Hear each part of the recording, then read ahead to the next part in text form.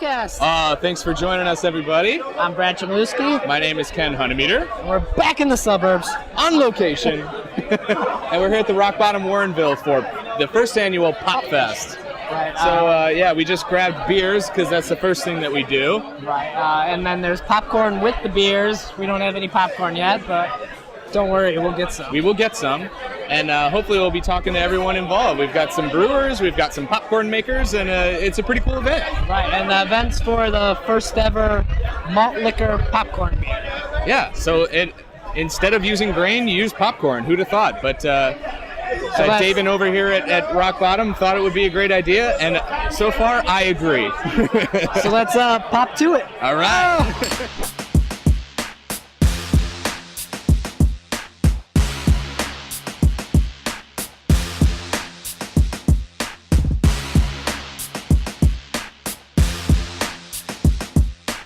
Well, we've been eating popcorn and drinking beer.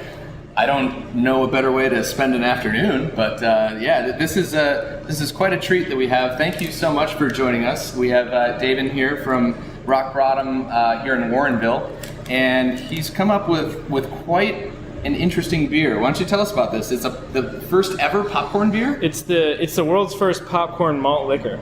I've been wanting to make a malt liquor on a commercial scale for a long time. And at some point, I thought that it would be a great idea to use popcorn. I was sitting in my house when I used to live in Tennessee, watching the Food Network. I don't know if you guys have seen Alton Brown. Oh yeah. Shut up. The Good Eats shout the out. Good Eats, yeah. the Good Eats man himself. He's the man. He is truly the man. And food science and beer making are pretty close relatives. And when he was talking about his popcorn episode, I noticed he used some words that I recognized from my brewing education. He said the word gelatinize, speaking about the starches in popcorn. And I realized that because the starches were gelatinized, it was an ideal beer making starch, because then they're available for the enzymes to break down into sugars. So when I noticed that, I thought, how can I do that? Because almost all the popcorn that you get in the U.S., I've called many places, it's almost all popped with oil, right? And it's made with salt. Which would be bad for your fermentation there. Which would be terrible for fermentation. It would be really make a mess out of the mash, all the oil. Too much salt kills yeast. So it's bad for yeast health. There's a lot of reasons why you don't want oil. It would kill the head retention. Yeah. This beautiful, fluffy head. Oh, look at that. It would kill the head retention. So we needed to find popcorn that had no oil or salt, and the Popcorn Palace just so happened to have an air popper that could deliver an enormous amount. I say enormous, 20 pounds, an enormous volume, I should say, of popcorn. So that's how much you use, 20 pounds? 20 pounds, which is one carload, right, I hear? It's one entire carload. Is the guy in there with the popcorn all around? The car has now died. That was one of the final voyages of that vehicle, filled to the brim with air popcorn. That's by popcorn. Yeah, going out with a pop, as you might say. That was bad. I'm sorry. Bad. So it was actually referred to by one of the other brewers as a reverse clown car, because the volume of popcorn would have almost exceeded the volume of the actual mash tun if it weren't for enzymes and really hot water, which melt the popcorn pretty quickly. So you're classifying this as a malt liquor. What kind of differentiates just making it like a high gravity lager and a malt liquor? They're actually pretty similar. The malt liquor is one of those few uniquely American beers. You've got your Anchor Steam, which is definitely an American beer. You've got light lager, which is definitely an American beer. You've got malt liquor, which is kind of the American beer with the sordid past.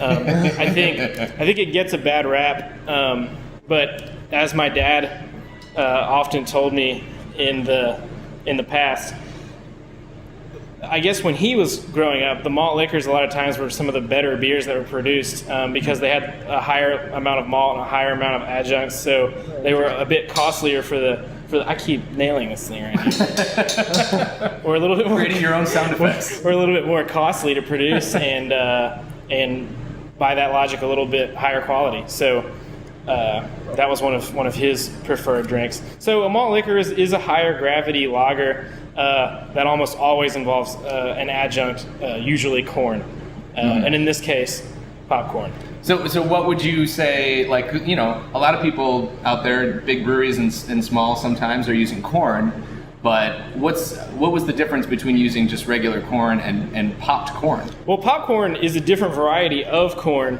than what they would use for most beers. And I think you definitely can taste that in the beer. It provides a little note of sweetness, and you get that dry, crackly sort of finish. I hate to use crackly as a taste, but it's a definite crispness that I don't think that you get with your typical corn-based lagers. No, for sure. I mean, it's drinking quite nicely, I must say. It's really a frightening product because it's 8% ABV, and you could pretty easily put it into a funnel and be out on the beach somewhere. Now, don't you try that at home? No. So when are the 40s that. coming out? Well, I wanted to just replace all my growlers with 40s, but Rock Bottom said no. Not the image they want to portray. Right. I don't know why they let you do this show. They don't know about this. They don't know we're doing this. So that's the future. When you open up your brewery, you got 40 growlers. Absolutely. That's genius. Trademark. I like it a lot. Because, when you get, and I was recently in Tampa, and they actually have a law against 40s. Yeah. So it's kind of like where they've knocked out growlers in the process. Right. You can't bottle any growlers from 32 to 64 ounces. I'm always interested to know what the logic is behind that. I've heard that it's because of people hitting each other with them. I've heard it's because of the image it portrays of somebody just sitting on the side of the road drinking a 40. But I was going to get into a street fight tonight, but if I have to use a 12-ounce bottle, it's just not worth it. Then you just look like Pony Boy. You're like, So, and then just in general, this event today, you've brought in the Popcorn Palace.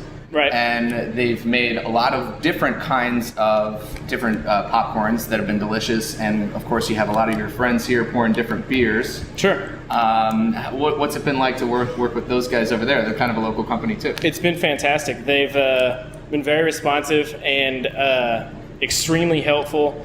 And when my idea originally was just to make the beer with the popcorn and try to get our names out there, I guess. But I think at some point I realized that it was also a great opportunity to get some other beers in and pair them with different flavors of popcorn.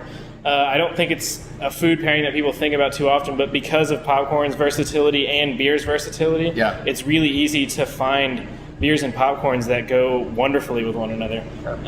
So I tried different flavors of popcorn, and I tried different beers, and I tried to get the best pairings of each together. Yeah, they've been pretty spot on. I mean, we've had some Chipotle popcorn with a smoked lager. It's perfect. There's been jalapeno with IPA. The jalapeno is my favorite flavor for sure. Yeah, and there's like a rainbow, which is almost like Fruity Pebbles, and a saisons. The amazing thing with the Fruity Pebble one is that each individual popcorn piece, different flavor. Yeah, that's shocking. Lovely. That must take hours.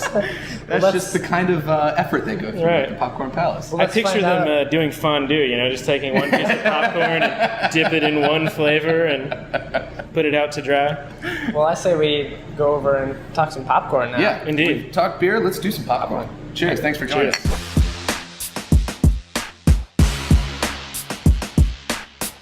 All right, we've had our beer, we've had our popcorn, we've talked beer. Let's talk some popcorn.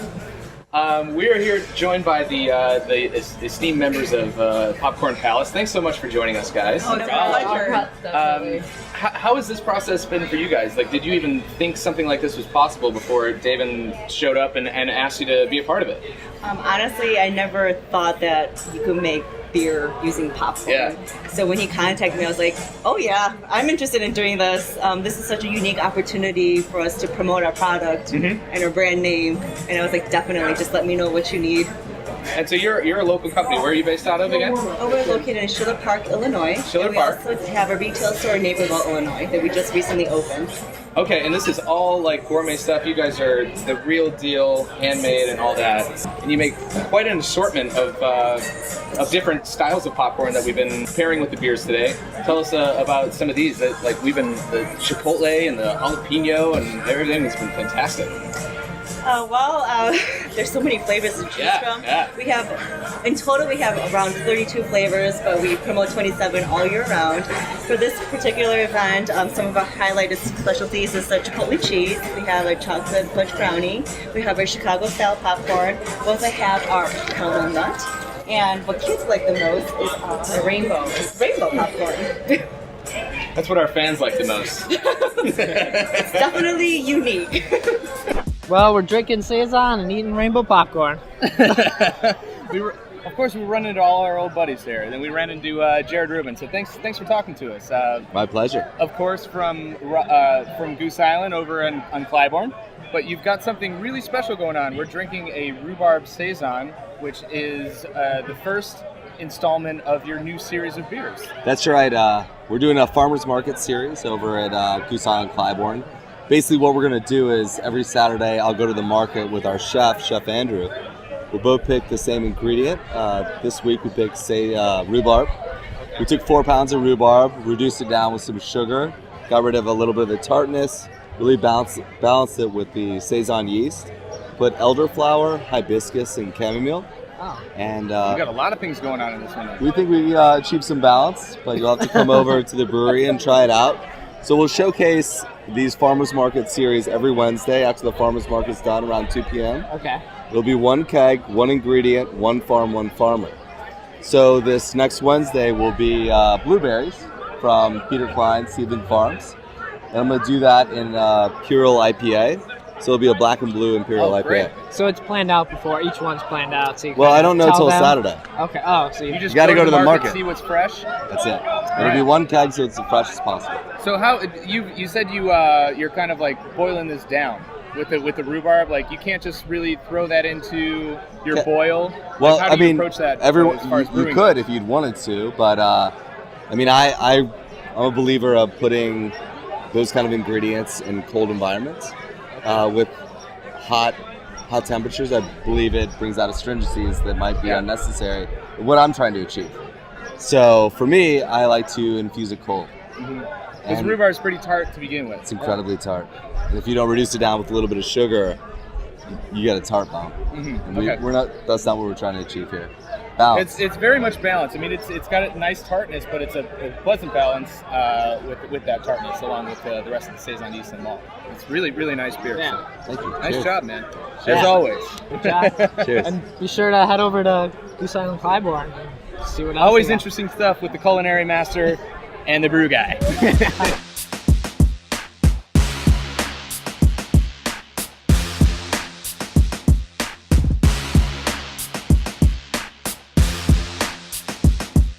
All right. Well, everyone seems to be here at Pop Fest. Yeah, we ran into Mr. Kevin Blodger. Thanks so much for chatting with us. Oh, no problem. I'm glad to see you guys here. Yeah, and it's probably about 86 degrees right now. I'm schwitzing, and I'm not even Jewish. And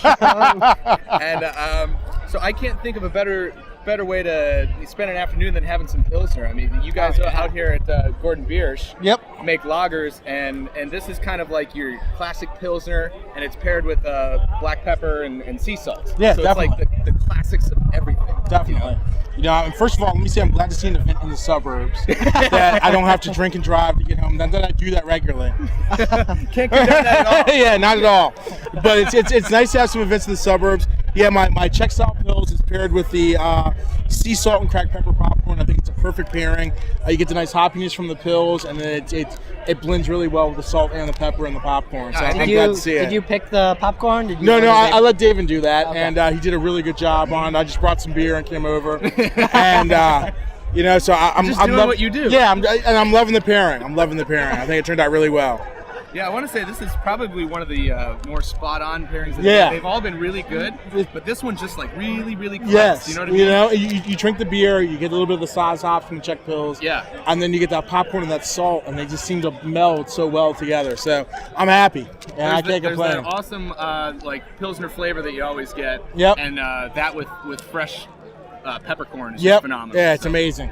Yeah, so thanks so much. Another winner from Mr. Kevin Blodger over here. I'm glad to see Hopcast out in the suburbs. Make it out here more often. Cheers. All right. Well, we've got our beer. We've had our beer. And we got our popcorn. We got plenty of popcorn. So, thanks so much to Davin and everybody over here at the Rock Bottom Brewery for having us, and also the Popcorn Palace for their delicious, delicious eats for us to take home. Right, so be sure to make your way out to Rock Bottom Warrenville and pick up some Popcorn Palace, right? Yeah, for sure. Like, it's really good stuff. You got to try some. If you like handcrafted beers, you got to like handcrafted everything else. So why not go to popcorn too? Yeah. So thanks everyone for watching the Hopcast. All right, cheers.